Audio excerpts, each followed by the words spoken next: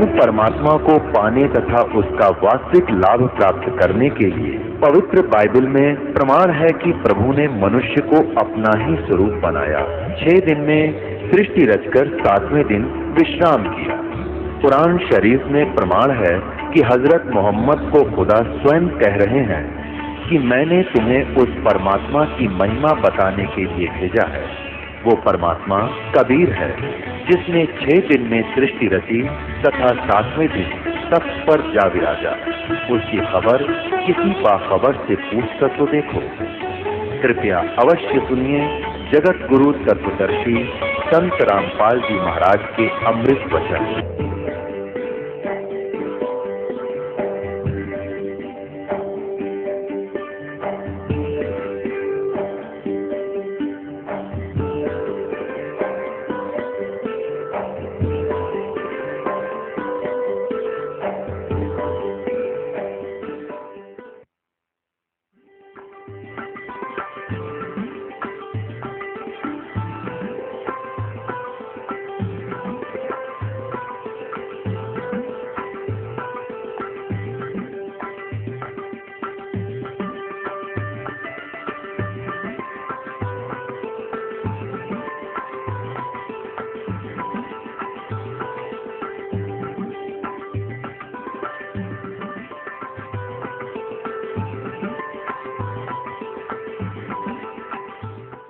जो गीता जी में way of worship नहीं है, वो शास्त्र विदिता कर्ममान आचरण है, वो हमने नहीं करना चाहिए, वो व्यर्थ है। फिर भगवान को पाना बहुत आसान। गीता जी में कहा कि मेरी भक्ति करनी है तो ओम इति एकाक्षरम ब्रह्म व्यवहार मामनु समरण ये परियाति तो गंदे हम सयाति प्रमाम गति 8वें अध्याय के 13वें श्लोक। मुझ ब्रह्म का केवल एक ओम मंत्र है, नथिंग एल्स। अंतिम सांस तक भक्ति करता हुआ जो शरीर छोड़कर जाता है सो याति परमाम गति, वो मेरे यानी ब्रह्म से मिलने वाली जो परम गति है उसको प्राप्त होता है। कहाँ ब्रह्म लोक में चला जाता है। और गीता ज्ञानदाता अपने विषय में कहता है 4थे अध्याय के 5वें और 9वें श्लोक में, दूसरे अध्याय के 12वें श्लोक में, 10वें अध्याय के दूसरे श्लोक में कि अर्जुन मेरे और तेरे बहुत जन्म हो चुके, तू नहीं जानता। इसे सिद्ध हो गया कि गीता ज्ञानदाता भी नाशवान है, जन्म मृत्यु होती है, तो इसके उपासक भी इस दीर्घ रोग से ग्रस्त रहेंगे, परम शांति हो ही नहीं सकती जब तक जन्म मृत्यु है। शाश्वत स्थान इसको मिला नहीं।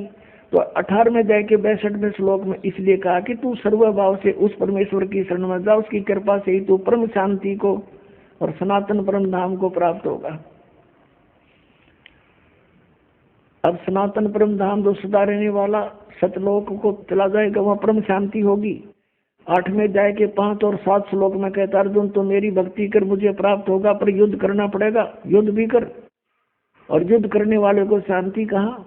तो ओम से शांति नहीं हो सकती। ओम का जाप ब्रह्म का, ब्रह्म कह रहा है मेरी प्राप्ति के लिए ओम जाप कर, युद्ध भी कर, करना ही पड़ेगा। और तुझे परम शांति चाहिए तो उस परमात्मा के पास जा, यहाँ कोई शांति नहीं है। उसके लिए क्या बता 17वें अध्याय के 23वें श्लोक में कि ओम तत्सती निर्देश ब्रह्म तिरविद समर्थ है। सचिदानंद घन ब्रह्म का केवल एक ओम तत्सत, ये 3 मंत्र का जाप है, नथिंग एल्स, और कुछ नहीं। यही निर्देश है, फाइनल फैसला है।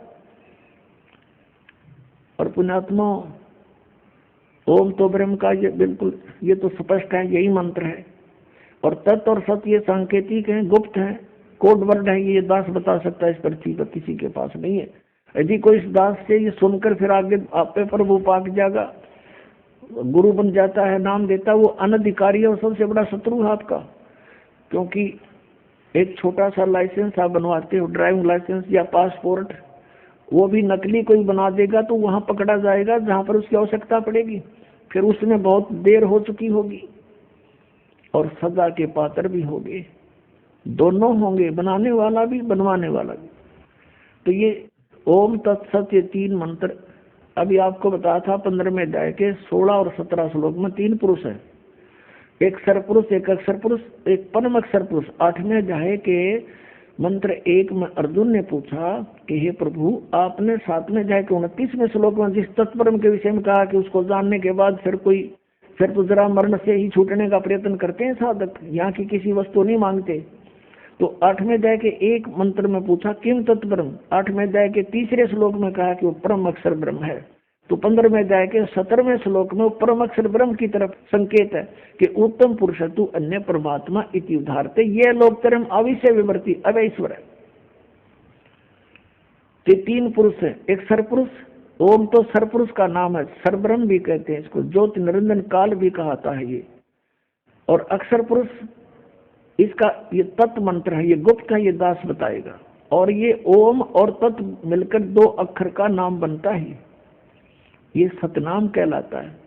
ये राधा स्वामी वालों की पुस्तक आपको दिखाई थी, वो सारवचन वार्तिक और शिवजाल जी के वचन थे, उसमें सतनाम का उन्हें पता नहीं वो खान का है पीन का, ये कोई सथान है या कोई भक्तिकरण का या कोई एंड बैंड बोल रहे सारी। तो वो कहाँ के सतलोक जाएंगे, वो उनके अनुयायी कहाँ आंख नीचे बैठे हैं उन अज्ञानियों के पीछे, भूल लगी है भारी और जीवन व्यर्थ हो रहा उन भोली आत्माओं का। तो गीता जी में जो लिखा है उसके अतिरिक्त हम जो साधना करते हैं वो शास्त्र विधि त्याग कर मनमाना आचरण है, उसे कोई लाभ होना ही नहीं। तो उस परमात्मा को जिसको हम पाने का प्रयत्न करते रहे और उसने स्वयं ही आकर ये ज्ञान बताना पड़ा। यहाँ क्या बताते हैं कि सेवक हो के उतरे इस पृथ्वी के माही, जीव उदाहरण जगत गुरु बार बार बलि जाहि। आदरणीय देवदास साहब जी कह रहे हैं कि उस परमात्मा के विषय में जो चारों वेद बताते हैं कि वो परमात्मा ऐसी लीला किया करता है और ये अज्ञानी लोग उनको समझ नहीं सके क्योंकि इनकी साधना शास्त्र अनुकूल नहीं थी। और वेदों में लिखा कि वो परमात्मा सतलोक से चलकर आता है और कवियों की तरह आचरण करता है, तो निराकार की तरह है वो, इनको निराकार निराकार कहने वाले। तो वेदों में जो ज्ञान है वो परमात्मा की महिमा लिखी हुई है और उन वेदों में लिखी वर्णित जो व्याख्यान है उनके ऊपर कबीर देव, कबीर साहब, काशी वाले, बनारस वाले ये ही खरे उतरते हैं। तो यही हमारे भगवान है। तो परमात्मा पाने में जरा सी भी देर नहीं होगी जब हमें ये विश्वास हो जाएगा कि ये परमात्मा है। सब वेद गवाही देते हैं, आंखों देखा संत गवाही देते हैं, और ये है way of worship, nothing else. फिर हमारे पास शेष बचेगा क्या? शंका जो है इस जीव की सबसे बड़ी शत्रु है, और जब तक शंका समाप्त नहीं होगी भक्ति हम कर नहीं सकते, क्योंकि करते रहेंगे लेकिन बीच में कोई ना कोई आके आपको डिस्टर्ब कर सकता है कि ऐसा नहीं है, ये तो ऐसा है भगवान। आप जब शंका रहित नहीं हो तो उसकी मान लोगे। ऐसे हम अभी तक इन नकलियों के पीछे लगे रहे, किसी ने जरा सा कोई भिन्न सा ज्ञान सुनाया उसको छोड़ उसके पीछे, उसने जरा सा कुछ भिन्न ज्ञान सुनाया उसे छोड़ उसके पीछे, और अपना जीवन नष्ट कर गए, क्योंकि इनको कोई ज्ञान नहीं था इन ऋषि महर्षियों को। अब परमात्मा पाने के लिए ये पता होना चाहिए कि हमारा कौन भगवान है और कहाँ प्रमाण है। अब ये सैकड़ों प्रमाण दास ने दे दिए, जिन महापुरुषों ने भगवान मिले उनने यही नाम जपे, 2 अक्षर का सतनाम, एक ओम, एक ये तत्व गुप्त है। जिनको मिल चुका है वो मंत्र उनको पता है सतनाम में दूसरा मंत्र कौन सा है। ये है 2 अक्षर का मंत्र और ये सतनाम है। राधा स्वामी वालों को सतनाम का कह भी नहीं पता, ये कहाँ मोक्ष होगा। इसी कारण से शिवजाल जी प्रेत बने और अपनी शिष्या बुक्की में बोल रहे हैं वो, पुण्यात्माओं को आँख खोलो, इतना विद्वान पुरुष आज परमात्मा ने ऐसी बुद्धि दे रखी आपको, क्या क्या बना लिए हैं, हवाई जहाज बना लिए, इंटरनेट बना लिए, कंप्यूटर बना लिए, जो बनाना था वो अभी शुरू भी ना किया है। हमने केवल इस मनुष्य जीवन से ये डले नहीं डोने थे, हमने मोक्ष कराना था, और उसकी बहुत आसान तरीका, कोई विशेष इसमें कार्य नहीं, काम भी करते रहो, चलते फिरते उठते बैठते इस मंत्र का जाप करना, नथिंग एल्स, बकवास त्यागनी है। तो यहाँ क्या बताते हैं कि उस परमात्मा के विषय में अब आंखों देखा वो संत जिनको भगवान मिले वो क्या कह रहे हैं सेवक हो के उतरे, सेवक हो के उतरे, ऊपर से आए नीचे उतरे। इस पृथ्वी के माही जीव उदाहरण जगत गुरु, बार बार बलि जाहि।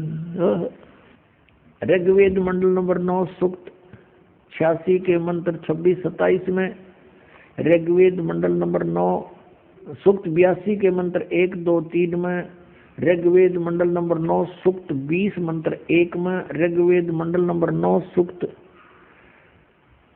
1 मंत्र 8, 9 में, ऋग्वेद मंडल नंबर 9 सूक्त 96 और मंत्र 16 से 20 में है, और भी अनेक स्थानों पे। और ऋग्वेद मंडल नंबर 9 सूक्त 94 के मंत्र 1 में ये स्पष्ट किया कि वो परमात्मा कवियों की तरह आचरण करता हुआ पृथ्वी पर विचरण करता है, घूमता है वो इधर उधर, और सतलोक से चलकर आता है, दृढ़ अच्छे आत्मा को मिलता है और वो तत्व ज्ञान का उपदेश करता है। और परमात्मा स्वयं अपने सूक्ष्म वेद में कहते हैं, चारों युग में संत पुकारे, कूक कहा हम हेल रे, हीरे माणिक मोती बरसे, ये जग चुगता ढेल रे। कि चारों युगों में उन संतों ने मेरी महिमा का गुणगान किया जिनको मैं मिला, और मैंने भी स्वयं आकर के ऊंचे स्वर में आवाज लगा लगा कर जनता को समझा। हीरे माणिक मोती बरसें, ये तत्व ज्ञान रूपी सत साधना रूपी अमृत हम बरसा रहे हैं, मोती बरसा रहे हैं। इनको ग्रहण करते नहीं है बूढ़े भक्त, और ये डड़े ढो रहे हैं, ये जग चुगता ढेल रे। ढेल माने डड़े कंकर पत्थर इकट्ठे कर रहे हो, आन उपासना आन साधना के अन्य भगवानों की पूजा करके तुम डड़े ढो रहे हो, और हम हीरे मोती बरसा रहे हैं, इनको ग्रहण नहीं कर रहे, तुम निर्धन होते जा रहे हो। क्या बताते हैं, हमारा ज्ञान किने ना सुनिया, ये पर भी लेन जात है दुनिया। कहीं पर आप देखते हो इन भ्रमित किए हुए अज्ञानी ऋषि संतों के द्वारा के फलाने स्थान पर कुंभ का पर्व होगा, वहां पर भी लगेगी, पर भी वो है इनकी 1 घंटा 1.5 घंटा स्नान का समय निर्धारित करते हैं किसी सरोवर तालाब या दरिया में, कि उसमें जो स्नान कर लेगा उसका बेड़ा पार हो जाएगा। ये कर रखा है ना ऐसा जुल्म। वहां बेड़ा पार नहीं, बेड़ा गर्क होता है। कैसे होता है, एक समय हरिद्वार के अंदर हर की पैड़ियों पर ये पर्व भी लगी थी। कुंभ के पर्व के ऊपर स्नान का समय निर्धारित किया था इन्होंने। वहां पर ये सभी त्रिगुण उपासक, रजगुण ब्रह्मा, सतगुण विष्णु, तमगुण शिव जी के उपासक, ये गिरी पुरी और नागा वैष्णो, ये कनपाड़े नाथ और बिना कनपाड़े, ये सारे वहां इकट्ठे हो गए स्नान के लिए। स्नान करने का जब समय आया, वहां क्या होता है, गिरी अलग ग्रुप में, पूरी अपने न्यारे ग्रुप में, नागा अलग से इकट्ठे हो जाते हैं, वैष्णो अलग से इकट्ठे हो जाते हैं। वहां से फिर स्नान करने के लिए चलते हैं अपने अपने मुखिया के पीछे। सबसे पहले नागा चले गए ऊपर भी नहाने के लिए, पर भी लेन मोक्ष प्राप्ति के लिए बेड़ा पार कराने गए थे नागा। सबसे पहले पैर की पैड़ियों पर खड़े हो गए स्नान करने के लिए। पीछे से आगे ये सतगुण विष्णु जी के उपासक वैष्णो साधु आए। उन्होंने कहा, अरे नागाओ, पहले हम स्नान करेंगे, हम सर्वश्रेष्ठ हैं, तुम बाहर आओ, अभी स्नान नहीं करना तुमने। वो तैयारी पकड़ रहे थे स्नान करने की। नागा कहने लगे, नहीं, हम सर्वश्रेष्ठ हैं, हम त्यागी और बैरागी हैं, हम कोई वस्त्र तक भी नहीं तन पर रखते, हमको नी इच्छा फिरते हैं, हम सर्वश्रेष्ठ हैं, हम प्रथम स्नान करेंगे। अब वैष्णो साधुओं ने कहा कि तुम बाहर आ जाओ नागो, तुम काहे के श्रेष्ठ हो, तुम नहाते ना धोते, राख लपेटे फिरते हो, शरड फड़ हम टट्टी के हाथ भी नहीं धोते, और तुम काहे के श्रेष्ठ हो, बाहर आओ, हम प्रथम स्नान करेंगे। इस बात का दुख माना उन्होंने, नागाओं ने, और दोनों आपस में झगड़ा शुरू हो गया। वैष्णव साधुओं का, सतगुण विष्णु के उपासकों का, और तमगुण शिव जी के उपासक नागाओं का आपस में लठ बाज गया, झगड़ा हो गया। और वहां लगभग 25,000 ये त्रिगुणोपासक कटका मर गए। वहां पर भी लेन गए थे, बेड़ा पार करान हो गया, बेड़ा गर्क। तो यहाँ परमात्मा कहते हैं, तीर तुपक तलवार कटारी जमदड़ जोर बदावे हैं, हर पैड़ी हर हेत न जाना वाजा करद चलावे हैं, काटे शीस नहीं दल करुणा ये जग में साध कमावे हैं, और जो जन इनके दर्शन को जावे उनको भी नरक पठावे हैं। काटे शीस नहीं दल करुणा, और ये जग में संत को आवे हैं, हर पैड़ी हर हेत नहीं जाना वाजा तेग चलावे हैं। हर की पैड़ी कहें भगवान का स्थान कहो, भगवान की छाती पर ये कुकर्म कर दिया, 25,000 कटका मर गए। लेली पर भी टिंडे वहां पर, ये है इनके तीर्थ स्थान नाने के। और किसी को मना करता है तो नो के हमारी तो भावनाओं को ठेस पहुंचा दिया। अरे ये कोई भावना हुई? अब जैसे कोई बालक, कोई बिजली का तार टूटा पड़ा है, उसमें स्पार्किंग हो रही है, बच्चा उसको आतिशबाजी जानकर पकड़ने जा रहा है, और कोई बुद्धिमान व्यक्ति उसको देख रहा है, उसको भागकर उठाकर उस बच्चे को उसकी जान बचा देता है। बच्चा रोता है क्योंकि उसकी भावनाओं को ठेस पहुंचा है। वो तो उसको पकड़ना चाहता था, और उसको पता था उस भद्र पुरुष को कि ये मर जाएगा, तो उसकी भावनाओं को वहां ठेस पहुंचाना अनिवार्य था।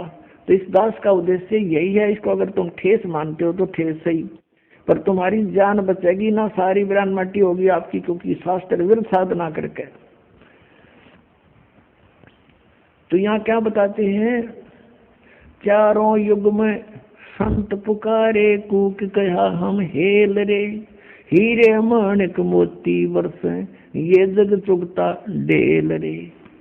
अब चारों वेदों में ये प्रमाण है कि वो परमात्मा ऊपर सतलोक में रहता, तीसरे मुक्ति धाम में, और वहां से चलकर आता है गति करके, बिजली जैसी गति से। और जैसे विद्युत अपने आकर्षण वाली वस्तु पर गिरती है, ऐसे ही वो परमात्मा अपनी प्यारी उस श्रेष्ठ दृढ़ भक्त आत्मा को ही आकर मिलता है, वही आकर वो उपस्थित होता है, और फिर उसको ज्ञान सुनाता है, उपदेश देता है, तत्व ज्ञान से परिपूर्ण करता है। फिर वो प्यारी आत्मा आगे उनको परमात्मा से प्राप्त ज्ञान को जन साधारण तक पहुंचाने की पूरी चेष्टा करता है। उनमें से कौन कौन है वो दृढ़ भक्त और अच्छी आत्मा है जिनको परमात्मा मिले इस कलयुग में? आदरणीय मुरुगदास साहिब जी, आदरणीय धर्मदास साहिब जी, आदरणीय मुरुगदास साहिब जी, ये अरोड़ा जाति से थे, खत्री जाति से, किसान थे। और आदरणीय दादू साहिब जी, आदरणीय नानक साहिब जी, जो सिख धर्म के प्रवर्तक हैं, लेकिन ये भी कालूराम मेहता खत्री यानी अरोड़ा जाति से ही थे, और सिख धर्म के प्रवर्तक यही माने जाते हैं। आदरणीय दादू साहिब जी, आदरणीय गरीबदास साहिब जी, गांव छुडानी, जिला झज्जर, हरियाणा वाले, जिसके उपलक्ष्य में ये शुभ समागम हो रहा है। जिस दिन परमात्मा कबीर साहब सतलोक से चल कर आए थे, वो सतपुरुष और अपनी उस दृढ़ भक्त अच्छी आत्मा गरीबदास जी को मिले थे, सचखंड दिखा था और वापस छोड़े थे, ये वही समागम हो रहा है। आदरणीय गीसा दास साहिब जी, गांव खेखड़ा, जिला मेरठ, उत्तर प्रदेश वाले हैं, इनको भी ऐसे ही मिले थे, और 3 दिन तक इस गीसा साहिब जी का भी ऐसे ही स्थिति रही थी, बेहोश पड़े रहे थे। गरीबदास साहिब जी को भी 8-7 घंटे तक ऐसे ही मृत मान लिया गया था, और ऐसे दादू साहिब जी भी 3 दिन तक बेहोश पड़े रहे थे। ऐसे ही नानक साहिब जी भी 3 दिन तक उनको अंतर ध्यान कर दिया गया था, उनके शरीर को कहीं रख दिया गया था परमात्मा द्वारा, और सचखंड दिखाकर, सतलोक दिखाकर अपने से परिचित करके बेई नदी से लेकर गए थे, फिर वापस छोड़ दिया था। उसके बाद उस महापुरुष ने अपनी नौकरी त्याग दी, परमात्मा का प्रचार किया, 12 वर्ष तक घूम घूम के परमात्मा से प्राप्त ज्ञान का और फिर 16 वर्ष तक बैठ के अपने घर पे साधना की। परमात्मा ने संकेत कर दिया था कि बहुत हो गया, अब अपनी भक्ति करो, पीछा छुटवाओ, अब आने दो समय, फिर देखेंगे। अभी सतनाम उनको दे दिया था आदरणीय नानक साहब जी को, लेकिन आगे ना देने की प्रतिज्ञा करा दी थी कि किसी को नहीं बताना अभी, नहीं तो इन काल के दूतों नकली पंथों के हाथ में लग जाता है सतनाम 2 अक्षर का। आदि ने कह खगा भी को नहीं पता सतनाम है क्या, परमात्मा ने ऐसा गुप्त रखा और आपके लिए खजाना खोल दिया। अब इस एक सेंटेंस, एक पवित्र वाणी को आपके समक्ष सरलार्थ करने के लिए कितना उदाहरण देने पड़े। कौन सी वाणी को? ओए होए, सेवक होकर उतरे इस पृथ्वी के माही, जीव उदाहरण जगत गुरु, बार बार बलि जाहि। पुण्यात्मा, आप तो बालक हो और काल के इस नकली सुख की भांग पिए पड़े हो। जिसका बालक बिगड़ जा, निकम्मा हो जा, शराब स्वरूप पी के किसी गिरा पड़ा हो, तो पिता को माता को पता लग जाए, दौड़े जाया करे, उसने लाओगे उठा समझा बुझा के, नवावा धोवाएंगे, उसको कोई ऐसी औषधि देंगे जिससे उसकी शराब उतर जा, क्योंकि वो उसके हमदर्द हैं। तो हम सभी काल की भांग पिए पड़े हैं। कबीर साहब कहते हैं, कबीर ये माया अटपटी और सब घट आन अड़ी, किस किस न समझाऊं या कुएं बांध पड़ी। सब एक प्रकार की बातें बोलते हैं, इनमें माया दिखाई देती और कुछ भी ना दिखता। इनको मालूम है कि वो व्यक्ति करोड़पति था, 1 सेकंड में मृत्यु होगी। अब कहाँ गया वो करोड़पता, उसके साथ कहाँ गई वो माया। सर्व सोने की लंका थी वह रावण से रणधीरम, एक पलक में राज विराजी भजम के पड़े जंजीरम। परमात्मा कहते हैं, भक्ति ना क्या होता है, ये भ्रम रहा संसार। एक रति कंचन पाया नहीं रावण चलती बार, रतन एक रति कंचन 1 ग्राम गोल्ड भी नहीं प्राप्त कर सका, सारी सोने की लंका बना रखी थी, जाते समय कुछ नहीं लेकर जा सका। तो यहाँ हमने जीने के लिए जो आवश्यक वस्तुएं हैं केवल वही संग्रह करनी चाहिए। इसे ज्यादा हम करते हैं तो बकवाद कर रहे हैं, क्योंकि हमने सतलोक चलना है। सतलोक में वो सफाई सुविधाएं हैं, यह सफाई है ही नहीं। हम एक दूसरे को लूट खसोट करके कोठी बंगले बनाते हैं, मृत्यु हो जाती है तुरंत, और गधे बने फिरते हैं। जैसे एक गवर्नर था, हिमाचल प्रदेश और पंजाब का 2 जगह का चार्ज था, और रिटायरमेंट के निकट आ रहा था। उसने सोची बुढ़ापे का समय हिली स्टेशन पर गुजारा करूंगा, वहां पर एक प्लाट ले लेता हूं पहाड़ों पर। वो प्लाट लेने के लिए 3 करोड़ रुपए, पहले 100 के नोट थे, ये बड़े नोट नहीं थे, 500 और 1000 के उस समय। 100 के नोट 3 करोड़ है।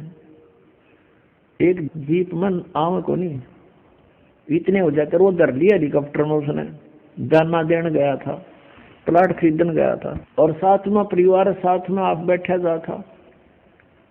वो इतने लोड में हेलीकॉप्टर क्रश हो गया, वो स्वयं भी मरा, परिवार मर गया, एक लड़का शेष रहा था, बाकी सब मर गए उस हेलीकॉप्टर में। और उन नोटा नो गडरिए ठाए फिरे, गधे खाओ भेड़ खाओ कागजा ने, और वो मर गया वहां पर। और फिर समाचार पत्रों में आया था कि 40 करोड़ रुपया उस टाइम, 40 करोड़, 100 के नोट 40 करोड़ एक बहुत बड़े हाल में नहीं आए। और उसने बताया अपने नीचे तय खाना बनवा रखा था, बेड थे घने, जो ये बोल रहे हैं इनको, इनके अंदर डाल रखे कपड़े दरा करते हैं उसमें, उनमें ठोक रखे थे।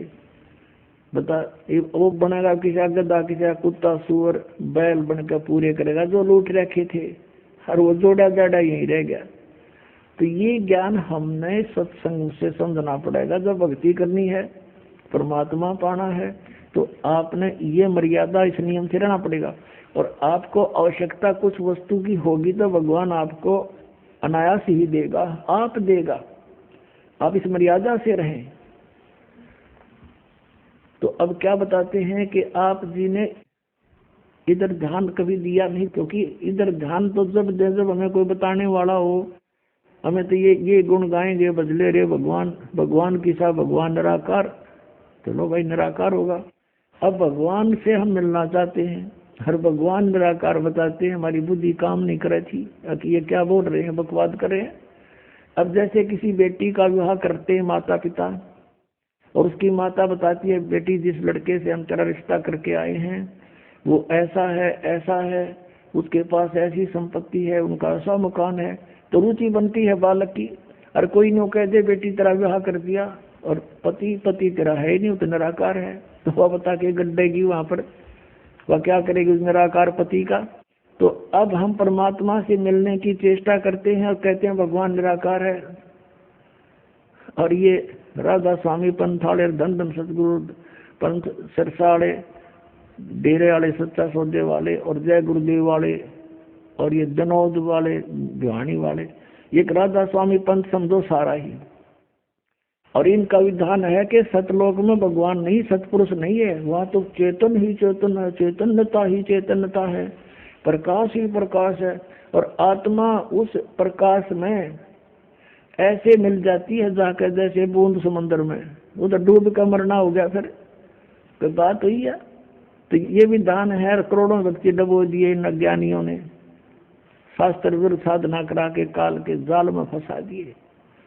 अब कहें तो दुख मानते हैं श्रद्धालु भी के रामपाल तो आलोचना करता है, आलोचना की परिभाषा बदल ली तुमने अज्ञान के कारण। सत्य कहना आलोचना नहीं होती, वह सत्य होती है। आलोचना होती है किसी के बारे में झूठी बकवाद करे। हम तो विद प्रमाण बोलते हैं, आप ही के पुस्तकों से दिखाते हैं कि ये देखो दुर्गति हो रही तुम्हारे परम धनी शिवदयाल की, भूत बनकर अपनी शिष्या बुक्की में फिर शंका समाधान करने लग रहा बैठ के। वो कहते हो तो अनामी लोक में चला गया, अनामी लोक में कहाँ गया, तो बुक्की लोक में आ गया। अब यहाँ क्या बताते हैं, सेवक हो के उतरे इस पृथ्वी के माही, जीव उदाहरण जगत गुरु बार बार बलि जाहि। गरीबदास जी कह रहे हैं कि एक दास बनकर आए भगवान, सेवक होकर उतरे इस पृथ्वी के माही, उतरे सतलोक से चल के आए, और किस उद्देश्य से, जीव उदाहरण जगत गुरु। और कहते हैं बार बार बलि जाऊं मैं, गरीबदास जी कहते हैं बलिहारी जाऊं इस परमात्मा के ऊपर जो किसे दयालु हैं, कैसे दयालु हैं। सतलोक से इतने सुंदर लोक को छोड़कर हमारे लिए यहाँ आते इस गंदे लोक में जहाँ पर आहार भी उपलब्ध नहीं ढंग का। और दास बनकाए कबीरदास सांस गिर जितनी वाणी बोली कबीरदास, दास कबीर। परमात्मा जब क्यों उन्होंने दास कहा कि हमने भी यदि सतलोक पाना है तो ऐसे ही हम अपनी क्रियाएं बनानी पड़ेंगी। यहाँ पर कोई भी जिसने अपने आप को स्वामी माना है वो पेटे हैं अंत में। किसी राजा को देख लो, इन हिरण्यकशिपु को देख लो और रावण को देख लो, भक्ति करने और साथ बकवाद नहीं चलेगी। अब रावण जैसी साधना कोई नहीं कर सकता, यहाँ से धड़ काट कर चढ़ा दी, भगवान के निमित्त समर्पित कर दिया। लेकिन कुठोड़ कुपात्र के स्थान कुपात्र को दे दिया, वो सुपात्र को देता तो लाभ होता। शिव की उपासना तमोगुण की करके राक्षस कहलाया। गीता जी अध्याय नंबर 7 के श्लोक 12 से 15 में स्पष्ट किया है, तीनों गुणों की उपासक रजगुण ब्रह्मा सदगुण विष्णु तमगुण शिव जी की जो साधना करते हैं वो राक्षस स्वभाव को धारण किए हुए मनुष्यों में नीच दूषित कर्म करने वाले मूर्ख, वो मेरी भक्ति भी नहीं करते, गीता ज्ञानदाता कहता है। तो इस प्रकार ये भक्ति भी करते थे, दास नहीं बने, तो अंत में क्या हुआ इनके साथ। तो यहाँ क्या बताते हैं, सेवक होकर उतरे और इस पृथ्वी के माँ, जीव उदाहरण जगत गुरु बार बार बलि जान। अपने प्यारी आत्माओं का उद्धार करने के लिए वो जगत गुरु यानी सबका गुरु, सबको तत्व ज्ञान देने वाला केवल एकमात्र कबीर जी हैं और वही परमात्मा है। अब फिर बताते हैं वो कहाँ आए, काशीपुरी कष्ट किया उतरे अदर आधार यानी ऊपर तो नीचे आए। मोमन को मुजरा हुआ वहां जंगल में दीदारे। मोमिन यानी उस नीरू नामक मुसलमान दुल्हाए को परमात्मा ने जंगल में दर्शन दिए, लहर तारा तालाब पर। अब उस परमात्मा का कितना सुंदर शरीर था। कोट कर्ण शशि भान सुध आसन अदर विमाने, प्रसद पूर्ण ब्रह्म को शीतल पिंड और प्राणी। अब परमात्मा का कहते हैं ऊपर आसन अधर विमान, सतलोक में तो उस परमात्मा का ऐसा शरीर है, करोड़ सूर्य करोड़ चंद्रमा ऐसी शोभा है। कोट किरण शशि भान सुध, शशि माने चंद्रमा, भानु माने सूर्य। कोट किरण शशि भान सुध वो आसन अधर विमाने। और वही परमात्मा फिर कहते हैं बालक रूप में, परसत पूर्ण ब्रह्म को शीतल पिंड और प्राण। कहते हैं माई का नीरू ने जब परमात्मा को सीने से लगाया, कहते उसके प्राण आत्मा में एकदम शांति छागी, जैसे जले हुए पर बर्फ रख दी जाती है, एकदम शांत कर देता है। फिर क्या बताते हैं, गोद लिया मुख चूम कर हेम रूप झलकंते, जगर मगर काया करे जैसे दमके पद्म अनंत। उस माई ने शिशु रूप धारी बालक को कहते हैं मुंह चूमा, गोद में लिया। और परमात्मा का कैसा रूप था, हेम रूप झलकंत। हिम हिम माने बर्फ।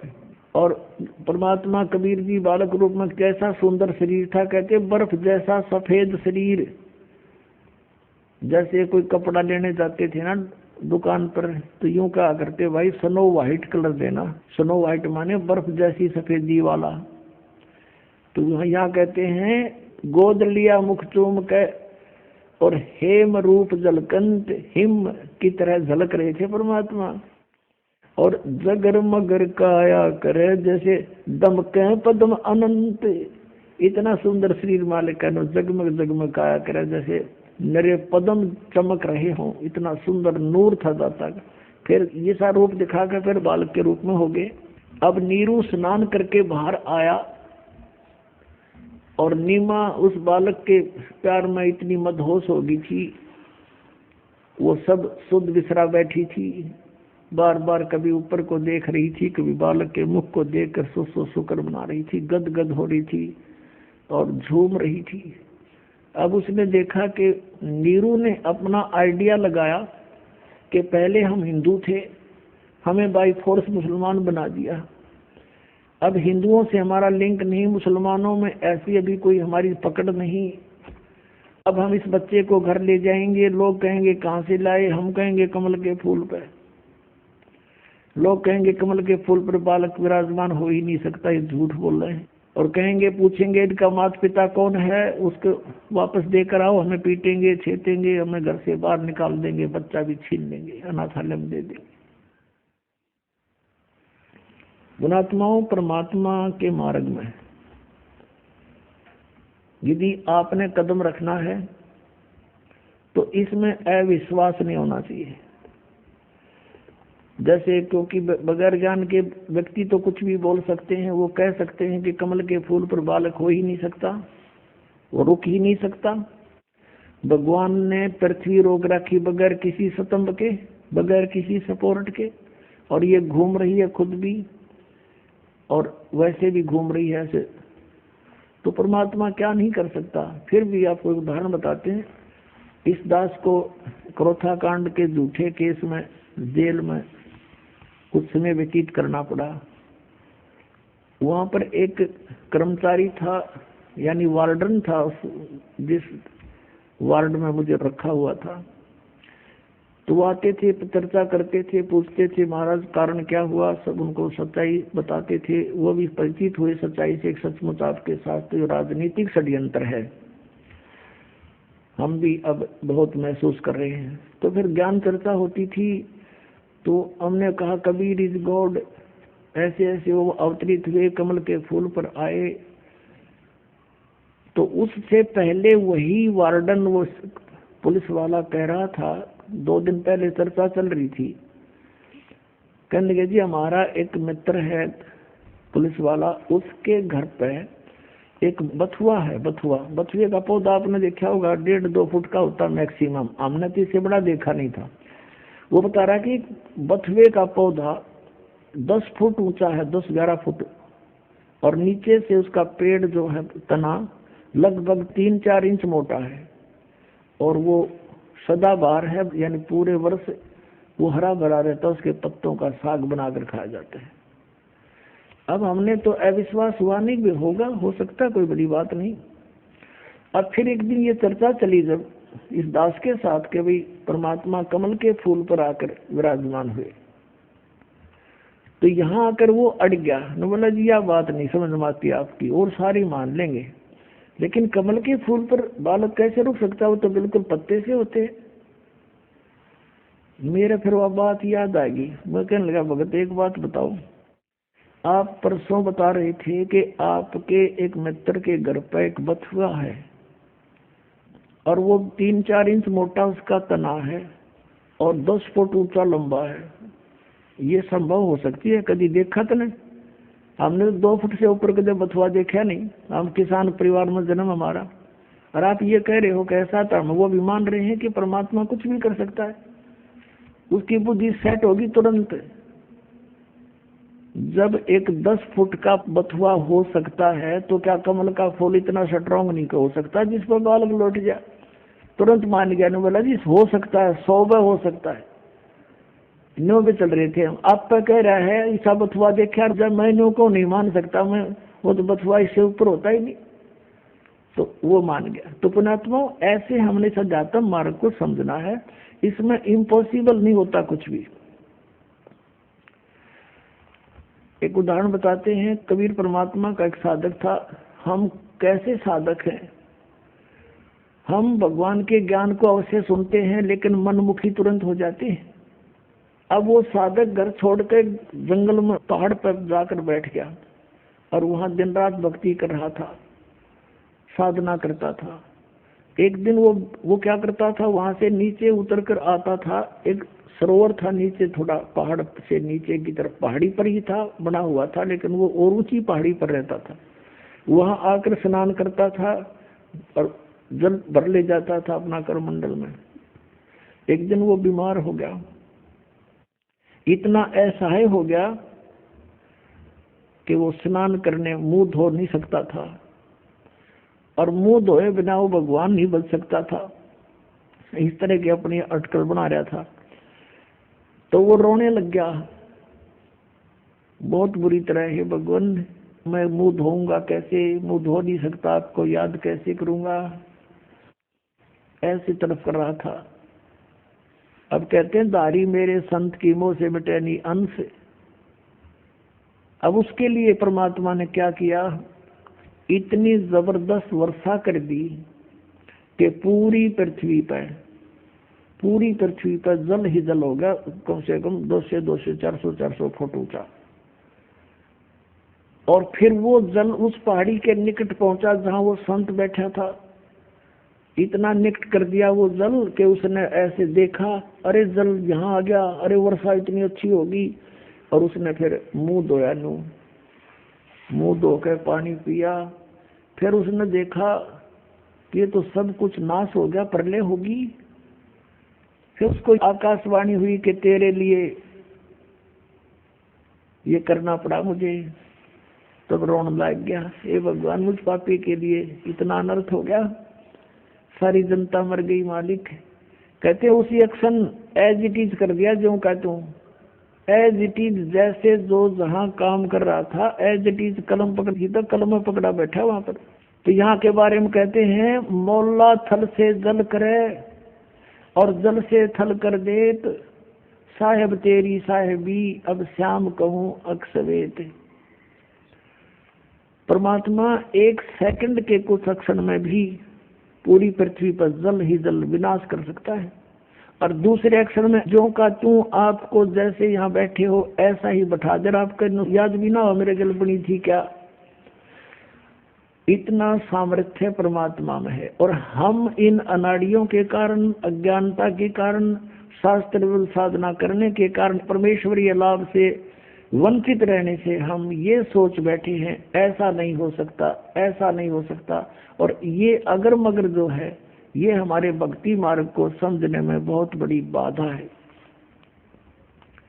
परमात्मा के मार्ग में कभी भी अविश्वास नहीं होना चाहिए। एक कथा सुनाता हूँ। इस दास को जब तक ये ज्ञान नहीं प्राप्त हुआ था तब ऐसे ही कोई जैसा भी कोई ज्ञान देता उसको उसका सच्चाई लगता था। हमें हमारे घर पे हमारे किराए के ऊपर एक आर्य समाज का एक व्यक्ति रहता था। वो टीचर था, वो शास्त्री बताता था अपने आप को, और बहुत अच्छी नेक आत्मा था, बोलन बतलाने का स्वभाव ठीक था उसका। तो फिर मुझे उपदेश प्राप्त हो गया। पहले जब हम चर्चा करते थे उससे तो कुछ भी कह देता था, उसकी बात को मानते थे। वो महर्षि दयानंद का पुजारी था। जब दास को ये ज्ञान हुआ सन 1988 में नाम प्राप्त हुआ, तो 1989 में 1 वर्ष बाद दास ने क्या सोचा कि ये भक्ति बोध जो आपको देते हैं मंत्र, ये नित्यनेमकरण की पुस्तक, ये छपवाई। इस दास ने कुछ पुस्तक छपवाई 2000 या जैसा भी, और वो छपवाई इसलिए थी कि गुरुदेव को दे देंगे और वो भक्तों को आगे फ्री बांटते हैं। अब वो जब वो ऊपर एक हमने पूजा सतल बनाया था 15 बाई 5.5 का, गैलरी के ऊपर अलग से सेपरेट बना था। उसमें खिड़कियां लगाई थी, एक शीशा टूटा हुआ था। उन खिड़कियों के बाहर की साइड में लोहे की जाली लगानी थी। ये मच्छरों से बचाने की होती है ना जालियां, लोहे की जाली। तो ये दास उसका साइज नाप के ले गया। वो थी, चौड़ाई तो थी 2 फुट 8 इंच, ऊंचाई थी 4 फुट।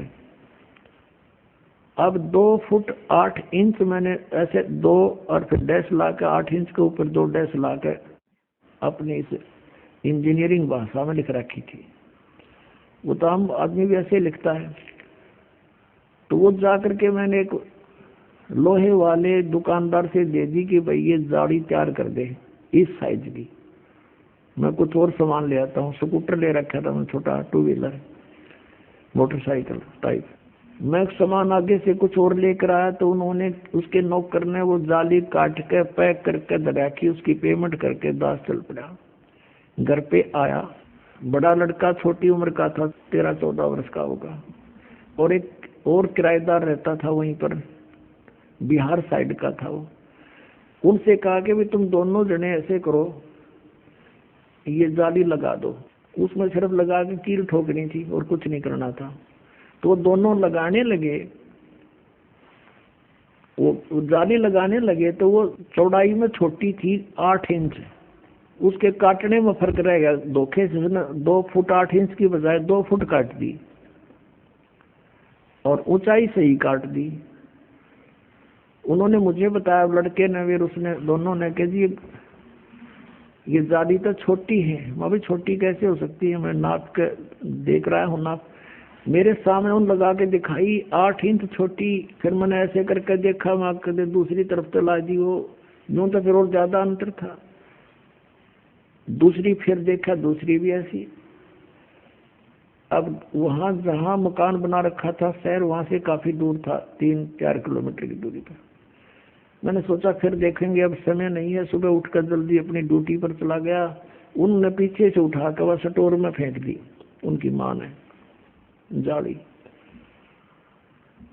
अब फिर ऐसे ही फिर कुछ दिनों के बाद क्या किया, पुस्तक छपवाई भक्ति बोध, और वो ऊपर रख दी उस पूजा स्थल में, तख्त के ऊपर।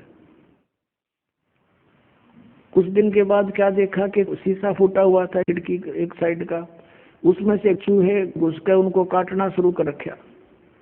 तो फिर मेरे दिमाग में आई कि वो जाली जो 2 थी, उन दोनों को एक पर लगा देते हैं फिलहाल, फिर देखेंगे। कुछ समय नहीं था, कुछ ऐसा लीला मालिक की थी, यो खेल खेलना था इस दास के साथ।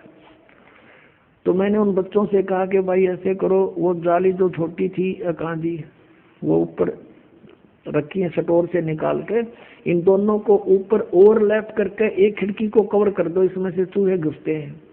और पुस्तक काट दी भगवान की। उन्होंने कहा ठीक है जी। मैं चला गया अपनी ड्यूटी पर। तो शाम को मुझे चिंता थी कि नहीं लगा रखी होगी तो बच्चों से लगवाऊंगा। तो क्या देखा कि एक जाली लगा रखी है, एक जाली नीचे पड़ी है।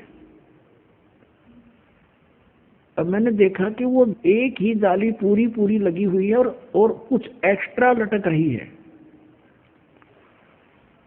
मैंने उनकी माँ से पूछा कि ये जाली वही है या कोई और चेंज करवा लाए बच्चे। उसने कहा जी मैं सुबह से इसको कह रही थी भाई तू लगा दे, इस जाली को लगा लो, तेरा पापा फिर नाराज होगा। और जो मान नहीं रहा था खेलने चला गया। अब आया था 20 मिनट पहले और मैंने उतार के अभी दी थी इनको। वही किराएदार जो अनिल नाम था उसका, बिहार का रहने वाला, उन दोनों ने सीढ़ी लगा करके वो एक साइड में लगा दी थी और वो एक लाजिरी एक पड़ी। मैंने कहा ये जाली तो छोटी थी। अब उनका ध्यान नहीं इतना और मेरा कलेजा पकड़ दिया। मैंने कहा बच्चा कहाँ है? वो बुलाया, दोनों इकट्ठे करे कि भी साची बताओ। मैंने लड़के से कहा मेरे सिर पर हाथ रख कर और कबीर साहब की कसम खा बेटा कि तू और नहीं लाई जाली। अगर नहीं पापा अभी मेरी मान उतार के नीचे डाली है। अरे ने पूछ लो अभी लगाई हमने। फिर मैं उनको याद दिलाया कि ये छोटी थी जब तुम पहले लगा रहे थे, साल भर पहले, 8-9 महीने पहले। कहा ये छोटी थी, बिल्कुल छोटी। दोनों को याद आ गया। अरे ये कैसे पूरी होगी हमने नहीं पता। एक ये पड़ी, उनको जंग लगा हुआ थोड़ा थोड़ा। एक रेनी सीजन ऊपर का उतर गया था उसका, वर्षा का मौसम भी ऊपर का उतर चुका था। पुण्यात्माओं वो दिन है आज ये दृढ़ हो गया इस दास को, परमात्मा जो चाहे सो कर सकता है। हमने सुना था द्रौपदी का तीर बढ़ा दिया, परमात्मा ने दास की लोहे की जाली बढ़ा दी।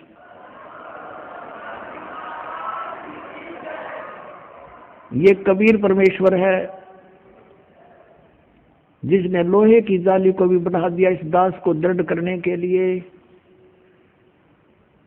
अब दूसरी फिर उठाकर देखी, दूसरे पर लगाई हुआ, उस पर पूरी आ गई। पूरी के बाद भी 6 इंच एक्स्ट्रा नो लटक रही है।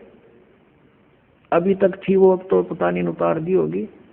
ये सन 1989-90 की बात है। अब पुण्यात्माओं उस दिन के बाद इस दास का जीवन बदल गया कि परमात्मा जो चाहे सो कर सकता है। अब उसके बाद उस आर्य समाज के उस दयानंद के चेले तो बात हुई, शास्त्री था वो। मैंने ये सोचा कि देख कितना अच्छी आत्मा का आदमी हर कित फंस रहा है यो। उससे जब चर्चा होती थी पहले कि द्रौपदी का तीर बढ़ा दिया, हम तो भगवान कृष्ण ने मानना थे, श्री कृष्ण ने बढ़ा दिया, तो वो कहा करता कि ये सब बकवाद है, ये कभी हो सकता है? अब बढ़ा के दिखाओ कोई मुझे। वो तो वैसे श्री कृष्ण तगड़े थे, सूरवीर थे, जाकर धमका दिया होगा, खबरदार छोड़ दे उस लड़की ने, तीर बढ़ा करें कदे, तो हम ये भी मान लेते मतलब ऐसा हो गया होगा पहले। और जिस दिन से ये मालिक ने दया बख्शी, हम कैसे माने उस मूर्ख की इस बात को? तो फिर मैंने ये सोचा कि इसको समझाऊं अच्छी आत्मा का, शायद ये बात मान ले। क्योंकि पहले वो हर तरह एक बिल्कुल अच्छा आदमी लग गया था, बोलन में, बतलान में, विनम्र भाव में, और अच्छी सुलझी हुई बात किया करता था। मैंने सोचा कि इसका कल्याण हो जाए, बता दूं। मैंने उसको प्रार्थना की, अपने वहां बुलाया, अलग बैठक थी, और उसे चर्चा की, क्या आप मानते हो कि द्रौपदी का तीर बढ़ा दिया था भगवान ने? बोला नहीं, ये कैसी बातें करते हो आप, ये हो ही नहीं सकता। मैंने कहा जी देखो, वो तो चलो पुरानी बात होली हुआ या ना हुआ, लेकिन मेरे सामने हो गया, ये मेरी लोहे की जाली बढ़ गई और 8 और 6 14 इंच बढ़ गई है लोहे की जाली। ने बोला मैं नहीं मानता। मैंने उनकी बच्चों की माँ बुला ली, वो दोनों बच्चे बुला लिए कि बताओ भाई कैसे हुआ। उन्होंने सारी बता दी, सच्चाई ऐसे हुआ। ने बोला मैं नहीं मानता, अब करके दिखाओ। अब बता भाई कौन समझाओ सनाडी ने। मैं चुप हो गया। मैं तो दिमाग, और लाल आंख होगी कोती, कहते इतना शरीफ दिखे था और कोती बहुत ज्यादा यानी क्रोधित सा हो गया। हमने सोचा भाई क्यों लड़ पड़ेगा, चुप हो गया मैं नहीं बोला। फिर मैं इस बुद्धू ने भी क्या बताऊं मैं, हम 4-5 जने गवाही दे रहे हैं, हर ये को अज्ञानी महर्षि की बात पढ़ा बैठा है। उसने ये देखा कि भाई ये कुछ महसूस कर गया, बोला नहीं, मैं बोला नहीं, फिर के बोलूं पसूत है, मैं चुप हो गया। उसने सोचा भाई जैसा भी उसके मन में आया, फिर वो बोला देखो आप इंजीनियर हो, एजुकेटेड हो, कोई मूर्खों को तो बहका भी दे, ऐसी बातें कर दे, आप कैसी बातें कर रहे हो। देखो मैं बताता हूँ महर्षि कैसे होते हैं। एक बार महर्षि दानंद योग अभ्यास कर रहा था एक बंद कमरे में, आसन पद्म लगा के, और वो जमीन से ऐसे उठता था और छत के सिर लगा के वापस आ जाता था, ऐसे कर रहा था। रसोईया गया भोजन के लिए प्रार्थना करने, उसने झांकी से देखा, खिड़की से देखा, महर्षि दानंद ऐसे जा रहा था, ऊपर छत पे सिर लगा के वापस आ रहा था। उसने औरों को बुलाकर दिखाया, देखा ऐसे होते महर्षि। मैं बोला झूठ, कति झूठ, तू करके देखा।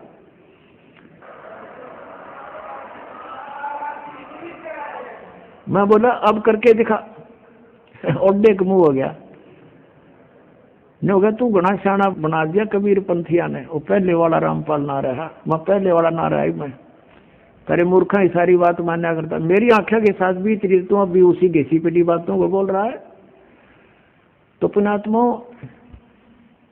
परमात्मा के मार्ग में अविश्वास नहीं होना चाहिए। एक 2 साधक थे, एक 40 वर्ष से साधना कर रहा था, बड़ी बड़ी दाढ़ी बढ़ा रखी, बैठा पति परमात्मा प्राप्त दिखाई देता। एक 4 वर्ष से साधना प्रारंभ की थी, नौजवान बच्चा था। एक देवदूत आता था भगवान के दरबार से, उन दोनों से मिलता था, घंटों भगवान की बातें चर्चा करके दोनों से, वो रहते थे अलग अलग, एक इधर एक दूसरी पश्चिम में एक पूर्व में, गांव के नगर के, दोनों के पास चर्चा करके जाता था। एक दिन उस देवदूत ने भगवान से कहा, भगवान विष्णु से, कि भगवान आपके 2 भक्त बड़े अटल हैं, आपके ऊपर पूरा विश्वास करते हैं। विष्णु जी ने देखा ध्यान दृष्टि से, कहा कि नहीं, उनमें से एक भक्त है, एक भक्त नहीं है, वो ढोंग कर रहा है। तो देवदूत ने कहा कि भगवान वो होगा जो अभी 4 वर्ष से लगा है, कि नहीं, जो बहुत पुराना लगा हुआ है वो भक्त नहीं है, वो विश्वासी नहीं है। देवदूत को ये समस्या आ गई कि शायद भगवान ने समझा नहीं होगा ढंग से। कहने लगा जी इधर पूर्व की साइड में बैठा है ना, वो दाढ़ी बड़ी बढ़ रही है, बड़ा वो है, 40 वर्ष से लगा हुआ, आपका पक्का भगत है। कहने लगे वही तो भगत नहीं है, भगवान बोले। अब वो देवदूत उसके मुंह का नहीं देखा, मालिक के मुंह का नहीं, भाई कैसे बोल रहे हैं परमात्मा। तो विष्णु ने कहा कि आपको मेरी बात पर विश्वास नहीं हुआ। देवदूत ने कहा भगवान ये तो नहीं हो सकता कि आपकी बात अविश्वसनीय हो, लेकिन मेरी बुद्धि छोटी है, ये काम ना कर रही। तब विष्णु जी ने कहा कि आज तू थोड़ा सा देर से मिलने जाना उनको, और वो कारण पूछे तो उनको ये बताना।